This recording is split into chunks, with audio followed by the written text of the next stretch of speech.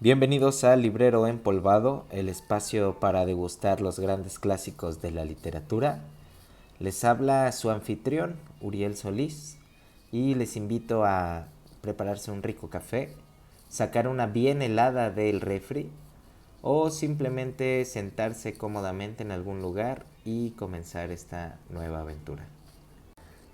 Les invito a esta travesía por las sombras del alma humana, acompañarme a través de páginas antiguas donde el horror y lo sublime se entrelazan en la niebla del tiempo, y comenzaremos Drácula, la obra maestra de terror gótico escrita por Bram Stoker en 1897.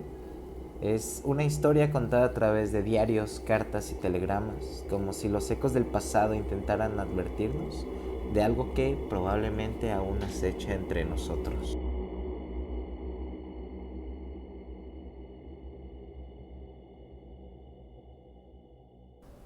El invitado de Drácula. Primera parte del diario de Jonathan Harker, publicado fuera de la primitiva edición. Cuando iniciamos nuestro paseo, el sol brillaba intensamente sobre Múnich y el aire estaba repleto de la alegría propia del comienzo del verano.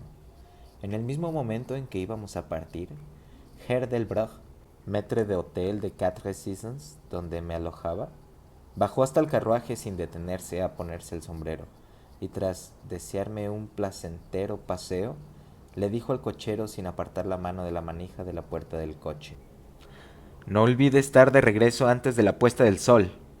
El cielo parece claro, pero se nota un frescor en el viento del norte que me dice que puede haber una tormenta en cualquier momento.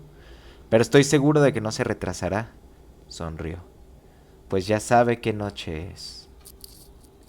Johann le contestó con un enfático «Ja, mein Herr», y llevándose la mano al sombrero se dio prisa en partir. Cuando hubimos salido de la ciudad le dije tras indicarle que se detuviera: «Dígame, Johann, ¿qué noche es hoy?». Se persignó al tiempo que contestaba lacónicamente: «Walpurgisnacht», y sacó su reloj, un grande y viejo instrumento alemán de plata, tan grande como un nabo, y lo contempló con las cejas juntas y un pequeño e impaciente encogimiento de hombros. Me di cuenta de que ella era su forma de protestar respetuosamente contra el innecesario retraso, y me volví a recostar en el asiento, haciéndole señas de que prosiguiese. Reanudó una buena marcha, como si quisiera recuperar el tiempo perdido.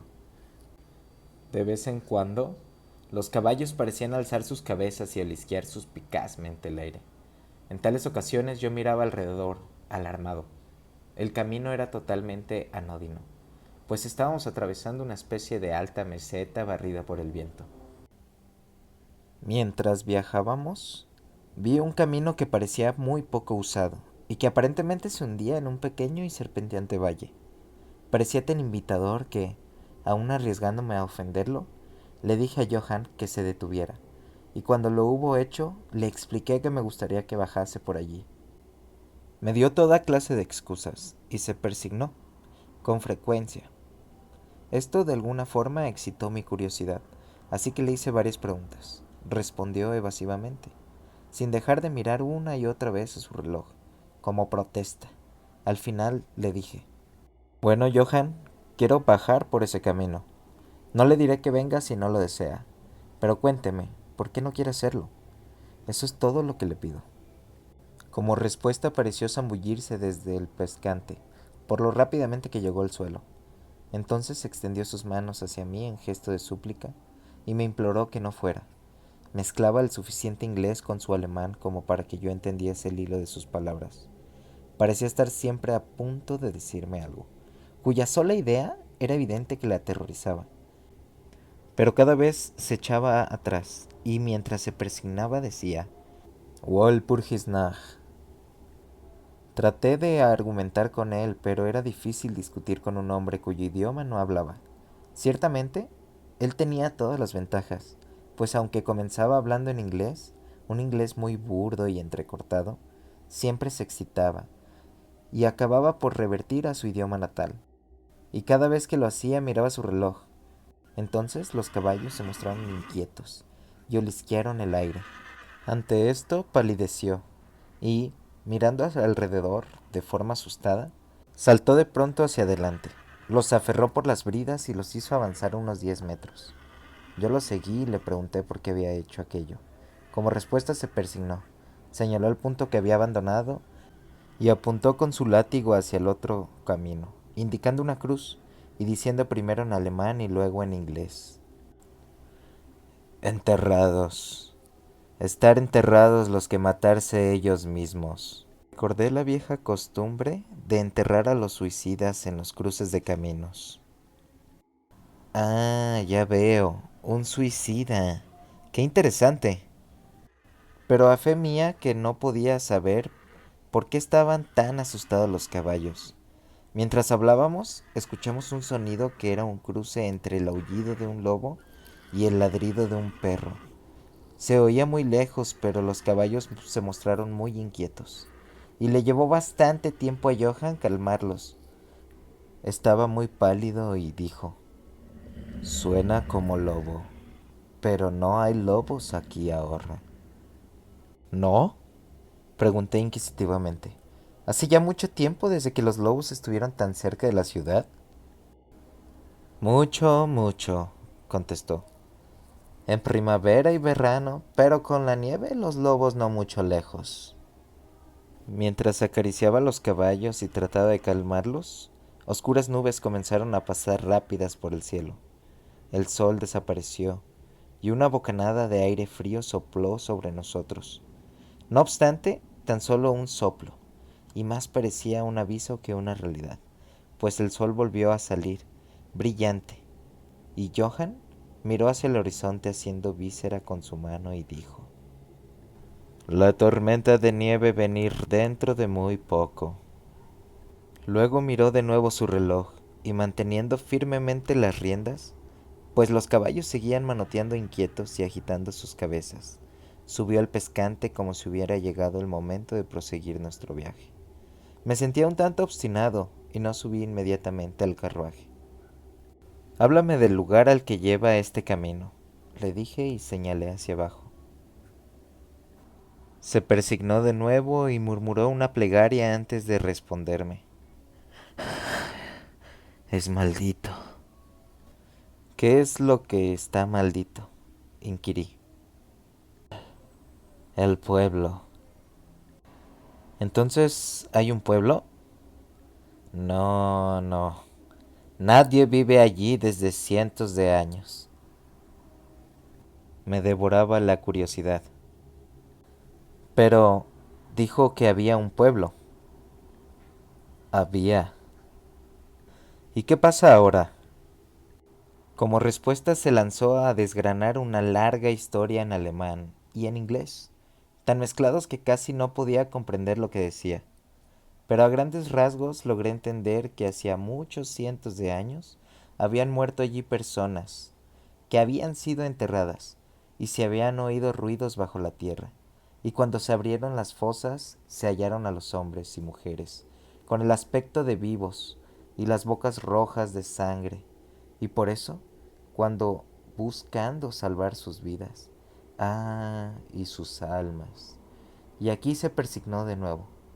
Los que quedaron huyeron a otros lugares donde los vivos vivían, y los muertos, pues, estaban muertos, y no otra cosa. Evidentemente tenía miedo de pronunciar las últimas palabras. Mientras avanzaba en su narración, se iba excitando más y más. Parecía como si su imaginación se hubiera desbocado, y terminó en un verdadero paroxismo de terror. Blanco el rostro, sudoroso, tembloroso, y mirando a su alrededor como si esperase que alguna horrible presencia se fuera a manifestar allí mismo, en la llanura abierta, bajo la luz del sol, finalmente en una agonía de desesperación gritó: Walpurgisnacht. Hizo una seña hacia el vehículo, indicándome que subiera. Mi sangre inglesa hirvió ante esto, y echándome hacia atrás dije: ¿Tiene usted miedo, Johann? ¿Tiene usted miedo? Regrese. Yo volveré solo. Un paseo a pie me sentará bien. La puerta del carruaje estaba abierta. Tomé del asiento el bastón de roble que siempre llevo a mis excursiones y cerré la puerta. Señalé el camino de regreso a Múnich y repetí: Regrese, Johann. La noche de Walpurgis no tiene nada que ver con los ingleses. Los caballos estaban ahora más inquietos que nunca, y Johann intentaba retenerlos mientras me imploraba excitadamente que no cometiera tal locura. Me daba pena el pobre hombre. Parecía sincero. No obstante, no pude evitar echarme a reír. Ya había perdido todo rastro de inglés en sus palabras. En su ansiedad, había olvidado que la única forma que tenía de hacerme comprender era hablar mi idioma. Así que chapurrió su alemán nativo. Comenzaba a ser algo tedioso. Tras señalar la dirección exclamé: ¡Regrese! Y me di la vuelta para bajar por el camino lateral hacia el valle. Con un gesto de desesperación, Johann volvió sus caballos hacia Múnich. Me apoyé sobre mi bastón y lo contemplé alejarse. Marchó lentamente por un momento. Luego, sobre la cima de una colina, apareció un hombre alto y delgado. No podía verlo muy bien a aquella distancia. Cuando se acercó a los caballos, estos comenzaron a encabritarse y a patear. Luego relincharon aterrorizados y echaron a correr locamente. Los contemplé perderse de vista y luego busqué al extraño, pero me di cuenta de que también él había desaparecido. Me volví con ánimo tranquilo hacia el camino lateral, que bajaba hacia el profundo valle que tanto había preocupado a Johann. Por lo que podía ver, no había ni la más mínima razón para estar preocupado, y diría que caminé durante un par de horas sin pensar en el tiempo ni en la distancia, y ciertamente sin ver ni persona ni casa alguna. En lo que a aquel lugar se refería, era una verdadera desolación, pero no me di cuenta de esta particularidad hasta que, al dar la vuelta a un recodo del camino, llegué hasta el disperso lindero de un bosque. Entonces me di cuenta de que, inconscientemente, había quedado impresionado por la desolación de los lugares por los que acababa de pasar. Me senté para descansar y comencé a mirar a mi alrededor. Me fijé en que el aire era mucho más frío que cuando había iniciado mi camino. Parecía rodearme un sonido susurrante, en el que se oía de vez en cuando muy en alto, algo así como un rugido apagado. Miré hacia arriba y pude ver que grandes y densas nubes corrían rápidas por el cielo, de norte a sur, a una gran altura. Eran los signos de una tormenta que se aproximaba por algún lejano estrato de aire. Noté un poco de frío y pensando que era por haberme sentado tras la caminata, reinicié mi paseo. El terreno que cruzaba ahora era mucho más pintoresco. No había ningún punto especial digno de mención, pero en todo él se notaba cierto encanto y belleza. No pensé más en el tiempo y fue solo cuando empezó a hacerse notar el obscurecimiento del sol que comencé a preocuparme acerca de cómo hallar el camino de vuelta. Había aparecido la brillantez del día, el aire era frío y el vuelo de las nubes allá en lo alto mucho más evidente. Iban acompañadas por una especie de sonido ululante y lejano, por el que parecía escucharse a intervalos el misterioso grito que el cochero había dicho que era de un lobo. Dudé un poco, pero me había prometido ver el pueblo, así que proseguí, y de pronto llegué a una amplia extensión de terreno llano cerrado por las colinas que lo rodeaban. Las laderas de estas estaban cubiertas de árboles que descendían hasta la llanura, formando grupos en las suaves pendientes y depresiones visibles aquí y allá. Seguí con la vista el serpentear del camino y vi que trazaba una curva cerca de uno de los más densos grupos de árboles, y luego se perdía tras él. Mientras noté un hálito helado en el aire y comenzó a nevar. Pensé en los kilómetros y kilómetros de terreno desguarnecido por los que había pasado, y me apresuré a buscar cobijo en el bosque de enfrente. El cielo se fue volviendo cada vez más oscuro, y a mi alrededor se veía una brillante alfombra blanca cuyos extremos más lejanos se perdían en una nebulosa vaguedad. Aún se podía ver el camino, pero mal, y cuando corría por el llano no quedaban tan marcados sus límites como cuando seguía la hondonada. Y al poco me di cuenta de que debía haberme apartado del mismo, pues dejé de notar bajo mis pies la dura superficie y me hundí en la tierra blanda. Entonces el viento se hizo más fuerte y sopló con creciente fuerza, hasta que casi me arrastró. El aire se volvió totalmente helado y comencé a sufrir los efectos del frío, a pesar del ejercicio. La nieve caía ahora tan densa y giraba a mi alrededor en tales remolinos que apenas podía mantener abiertos los ojos. De vez en cuando, el cielo era desgarrado por un centelleante relámpago, y a su luz solo podía ver frente a mí una gran masa de árboles, principalmente cipreses y tejos, completamente cubiertos de nieve. Pronto me hallé al amparo de los mismos, y allí en un relativo silencio pude oír el soplar del viento, en lo alto.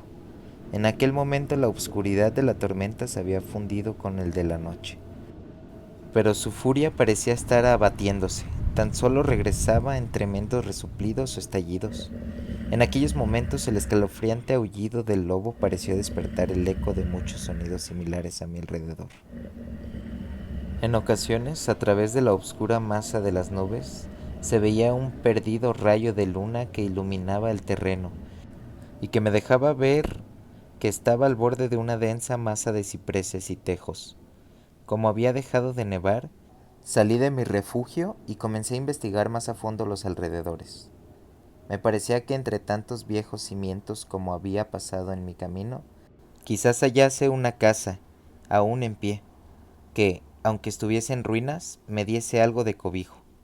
Mientras rodeaba el perímetro del bosquecillo, me di cuenta de que una pared baja lo cercaba, y siguiéndola, hallé una abertura.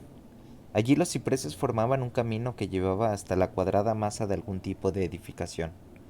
No obstante, en el mismo momento en que la divisé, las errantes nubes oscurecieron la luna, y a través del sendero en tinieblas. El viento debió de hacerse más frío, pues noté que me estremecía mientras caminaba, pero tenía esperanzas de hallar un refugio, así que proseguí mi camino a ciegas. Me detuve, pues se produjo un repentino silencio. La tormenta había pasado y quizás en simpatía con el silencio de la naturaleza, mi corazón pareció dejar de latir. Pero eso fue tan solo momentáneo, pues repentinamente la luz de la luna se abrió paso por entre las nubes, mostrándome que me había hallado en un cementerio, y que el objeto cuadrado situado frente a mí era una enorme tumba de mármol, tan blanca como la nieve que lo cubría todo. Con la luz de la luna llegó un tremendo suspiro de la tormenta, que pareció reanudar su carrera con un largo y grave aullido, como el de muchos perros o lobos. Me sentía anonadado, y noté que el frío me calaba hondo hasta parecer aferrarse a mi corazón. Entonces, mientras la oleada de luz lunar seguía cayendo sobre la tumba de mármol, la tormenta dio muestras de reiniciarse, como si quisiera volver atrás, impulsado por alguna especie de fascinación. Me aproximé a la sepultura, para ver de quién era, y por qué una construcción así se alzaba solitaria en semejante lugar. La rodeé, y leí sobre la puerta dórica en alemán: Condesa Tollingen de Grans, en Estiria. Buscó y halló la muerte, en 1801. En la parte alta del túmulo, y atravesando aparentemente el mármol, pues la estructura estaba formada por unos pocos bloques macizos, se veía una gran vigueta, o estaca de hierro. Me dirigí hacia la parte de atrás, y leí, esculpida con grandes letras cirílicas: Los muertos viajan deprisa. Había algo tan extraño y fuera de lo usual en todo aquello que me hizo sentir mal y casi desfallecí. Por primera vez empecé a desear haber seguido el consejo de Johann, y en aquel momento me invadió un pensamiento que, en medio de aquellas misteriosas circunstancias, me produjo un terrible estremecimiento. Era la noche de Walpurgis. La noche de Walpurgis, en la que, según las creencias de millones de personas, el diablo andaba suelto, en la que se abrían las tumbas y los muertos salían a pasear, en la que todas las cosas maléficas de la tierra, el mar y el aire celebraban su reunión, y estaba en el preciso lugar que el cochero había rehuido. Aquel era el pueblo abandonado hacía siglos. Allí era donde se encontraba la suicida, y en ese lugar me encontraba yo ahora, solo, sin ayuda, temblando de frío en medio de una nevada y con una fuerte tormenta formándose a mi alrededor. Fue necesaria toda mi filosofía, toda la religión que me habían enseñado, todo mi coraje, para no derrumbarme en un paroxismo del terror. Y entonces un verdadero tornado estalló a mi alrededor. El suelo se estremeció como si millares de caballos galopasen sobre él, y esta vez la tormenta llevaba en sus gélidas alas no nieve, sino un enorme granizo, que cayó con tal violencia que parecía haber sido lanzado por los míticos honderos baleáricos. Piedras de granizo que aplastaban hojas y ramas y que negaban la protección de los cipreses, como si en lugar de árboles hubiese sido espigas de cereal. Al primer momento corrí hasta el árbol más cercano, pero pronto me vi obligado a abandonarlo y buscar el único punto que parecía ofrecer un refugio, la profunda puerta dórica de la tumba de mármol. Allí, acurrucado contra la enorme puerta de bronce, conseguí una cierta protección contra la caída del granizo, pues ahora solo me golpeaba al rebotar contra el suelo y los costados del mármol. Al apoyarme contra la puerta, ésta se movió ligeramente y se abrió un poco hacia adentro. Incluso el refugio de una tumba era bienvenido en medio de aquella despiadada tempestad. Y estaba a punto de entrar, cuando se produjo el destello de un relámpago que iluminó toda la extensión del cielo. En aquel instante, lo juro por mi vida, vi, pues mis ojos estaban vueltos hacia la oscuridad del interior, a una bella mujer, de mejillas sonrosadas y rojos labios, aparentemente dormida, sobre un féretro. Mientras el trueno estallaba en alto, fui atrapado como por la mano de un gigante y lanzado hacia la tormenta. Todo aquello fue tan repentino que antes de que me llegara el impacto, tanto moral como físico, me encontré bajo la lluvia de piedras. Al mismo tiempo, tuve la extraña y absorbente sensación de que no estaba solo.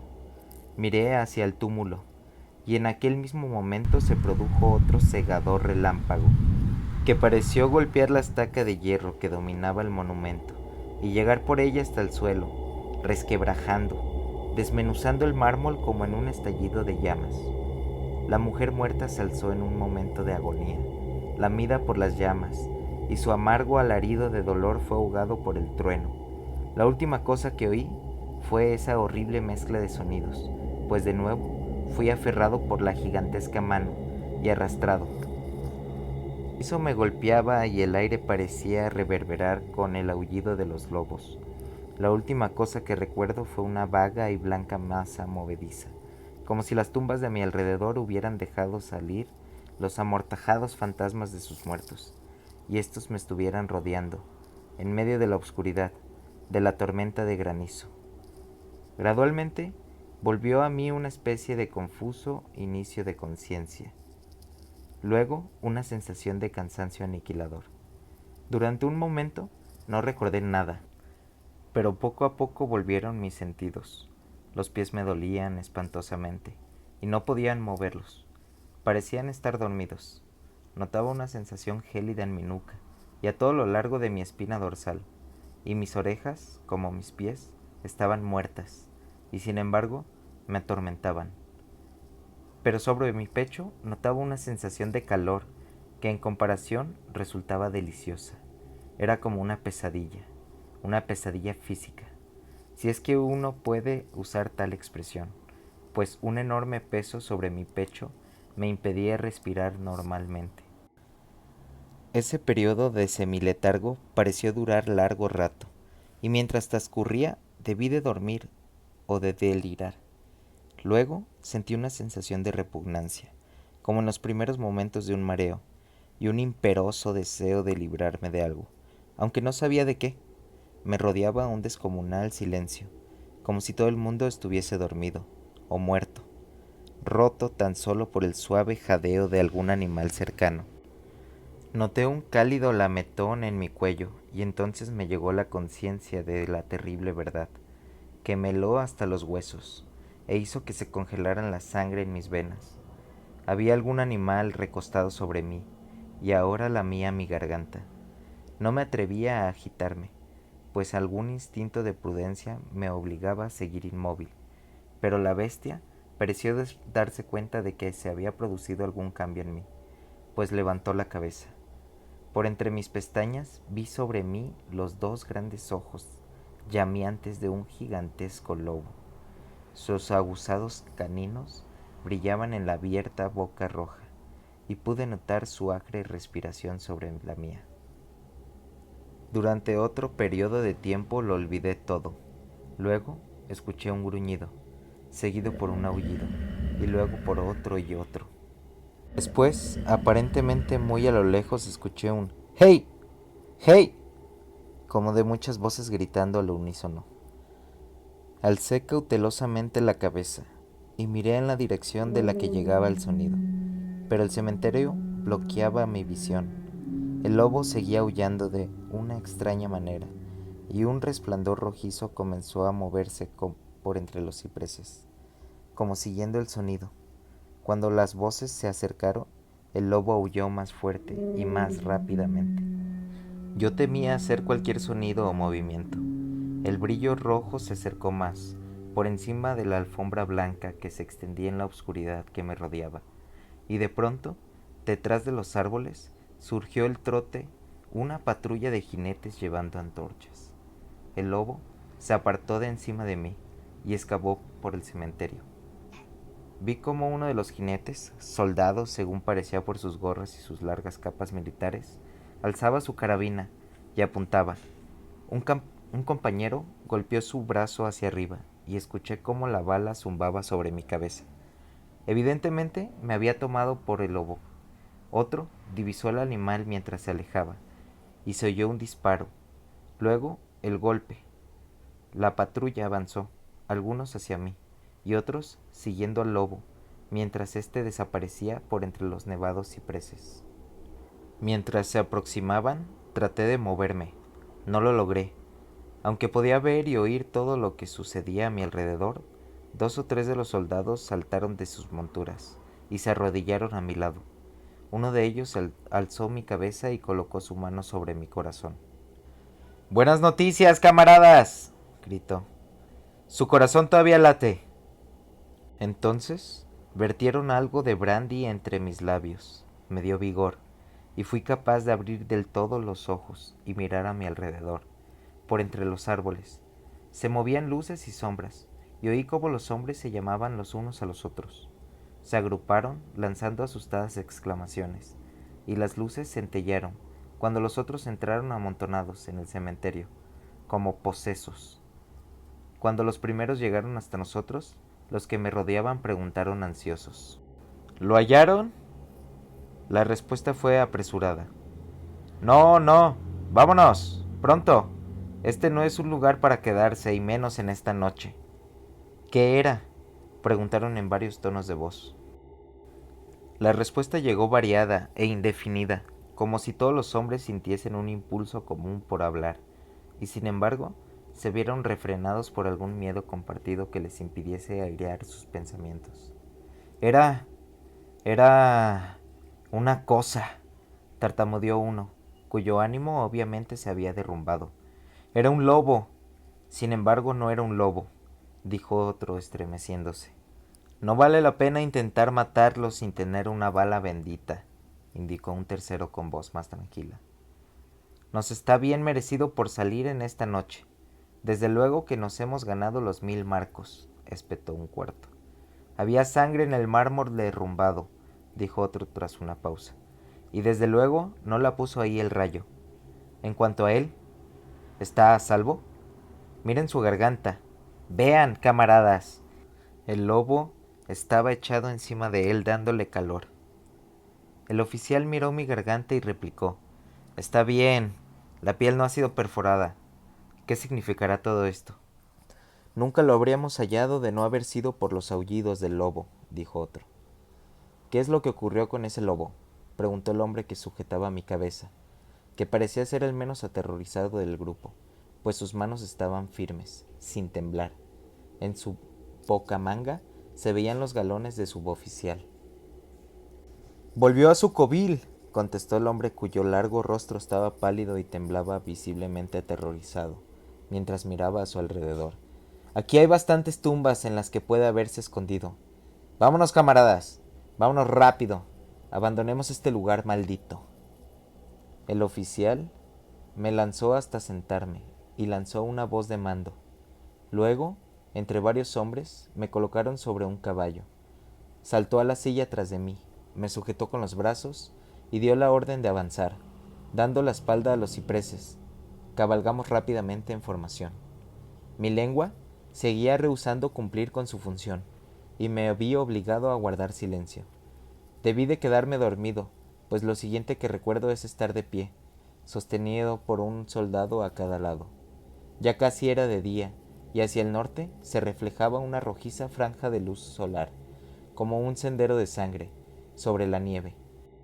El oficial estaba ordenando a sus hombres que no contaran nada de lo que habían visto, excepto que habían hallado a un extranjero, un inglés, protegido por un gran perro.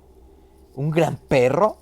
Eso no era ningún perro, interrumpió el hombre que había mostrado tanto miedo. Sé reconocer un lobo cuando lo veo. El joven oficial le respondió con calma. Dije un perro. ¿Perro? Reiteró irónicamente el otro. Resultaba evidente que su valor estaba ascendiendo con el sol, y señalándome dijo: Mírele la garganta. ¿Eso es obra de un perro, señor? Instintivamente alcé la mano al cuello, y al tocármelo grité de dolor. Los hombres se arremolinaron para mirar, algunos bajando de sus sillas, y de nuevo se oyó la calmada voz del joven oficial. Un perro, he dicho. Si contamos alguna otra cosa, se reirán de nosotros. Entonces monté tras uno de los soldados, y entramos en los suburbios de Múnich. Allí encontramos un carruaje, al que me subieron, y que me llevó al Quatre Saisons. El oficial me acompañó en el vehículo, mientras un soldado nos seguía llevando su caballo, y los demás regresaban al cuartel. Cuando llegamos, Herr Dreltburg bajó tan rápidamente las escaleras para salir a mi encuentro que se hizo evidente que había estado mirando desde dentro. Me sujetó con ambas manos y me llevó solícito al interior. El oficial hizo un saludo, se dio la vuelta para alejarse, pero al darme cuenta insistí en que me acompañara a mi habitación. Mientras tomábamos un vaso de vino, le di las gracias efusivamente, y él a sus camaradas, por haberme salvado. Él se limitó a responder que se sentía muy satisfecho, y que Herr Delbrück ya había dado los pasos necesarios para gratificar al grupo de rescate. Ante esta ambigua explicación, el maître d'hôtel sonrió, mientras el oficial se excusaba, alegando de tener que cumplir con sus obligaciones, y se retiraba. Pero, Herr Delbrück, interrogué, ¿cómo y por qué me buscaron los soldados? Se encogió de hombros, como no dándole importancia a lo que había dicho, y explicó. Tuve la buena suerte de que el comandante del regimiento en el que serví me autorizara a pedir voluntarios. ¿Pero cómo supo que estaba perdido?, le pregunté. El cochero regresó con los restos de su carruaje, que resultó destrozado cuando los caballos se desbocaron. ¿Y por eso envió a un grupo de soldados en mi busca? Oh, no, me respondió. Pero antes de que llegase el cochero recibí este telegrama del boyardo de que es usted huésped. Y sacó del bolsillo un telegrama, que me entregó y leí. Bistritz. Tenga cuidado con mi huésped. Su seguridad me es preciosa. Si algo le ocurriera o le echasen a faltar, no ahorre medios para hallarle y garantizar su seguridad. Es inglés y por siguiente aventurero. A menudo hay peligro con la nieve y los lobos y la noche. No pierda un momento si teme que le haya ocurrido algo. Respaldaré su celo con mi fortuna. Drácula. Mientras sostenía el telegrama en mi mano, la habitación pareció girar a mi alrededor, y si el atento maître d'hôtel no me hubiera sostenido, creo que me hubiera desplomado. Había algo tan extraño en todo aquello, algo tan fuera de lo corriente e imposible de imaginar, que me pareció ser, en alguna manera, el juguete de enormes fuerzas, y esta sola idea me paralizó. Ciertamente me hallaba bajo una clase de misteriosa protección. Desde un lejano país había llegado, justo a tiempo un mensaje que había arrancado del peligro de la congelación y de las mandíbulas del lobo.